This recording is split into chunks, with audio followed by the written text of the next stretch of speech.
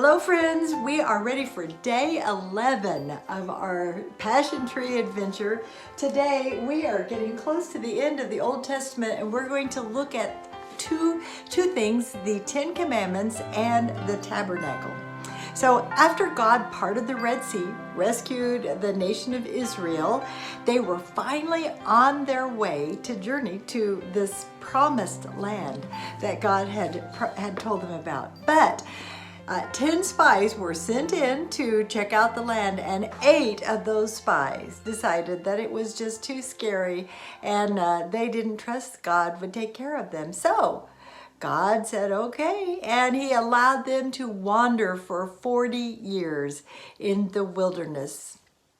While they were wandering, Moses went up on the mountain and God gave him the instructions for the rules for their living, and it was called the 10 Commandments. And then a little bit later, he gave Moses the instructions for building a movable tent that would be a place of worship for them. And here's the scripture for today. God said, "And let them make me a sanctuary, that I may dwell among them." Today, we're going to once again look for a cross in this picture.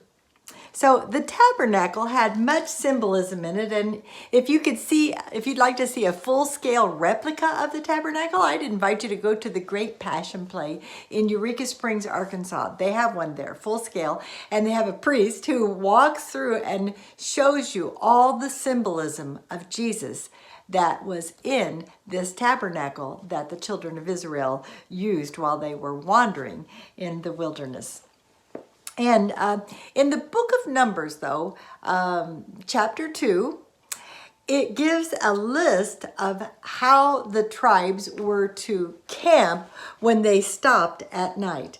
And when we add up the numbers, I'm just going to try to read these to you, the numbers of each tribe on the east, south, north, and west, we find that the number of the men were to the east, and this would be the east. There was 186,000 that would camp on the east, and on the south,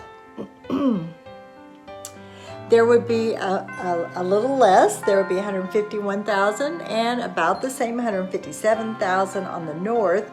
And the number on the west was 108,000, a little less than that.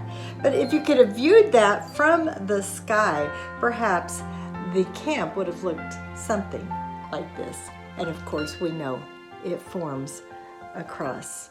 Once again, everything in the Old Testament points to the cross of Christ.